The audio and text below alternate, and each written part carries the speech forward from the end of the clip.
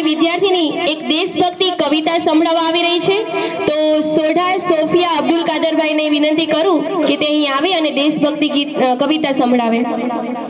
आते हैं चेहरे सबके खिल जाते हैं, भारत का संविधान है उसका करते मान है, उसमें मौलिक अधिकार है कर्तव्यों की पुकार है, आज़ादी की कहानी में वीरों की कुर्बानी में प्रजातंत्र का राज है, सबकी एक आवाज़ है मेरा भारत महान है, तिरंगा उसकी शान है। जय हिंद।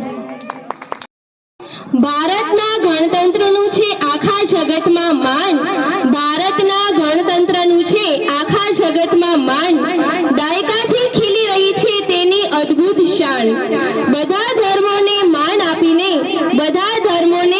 આપીને રચવામાં આવ્યો છે ઇતિહાસ।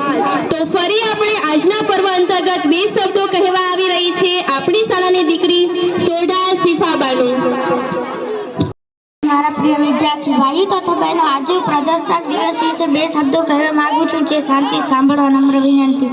ના તો કેસરી મારો છે, ના તો લીલો મારો છે, અરે મારો ધર્મ હિન્દુસ્તાની છે, આખો તિરંગો મારો છે। આપણા સ્વતંત્ર સંગ્રામના ઇતિહાસમાં 26મી જાન્યુઆરીનું વિશેષ મહત્વ છે।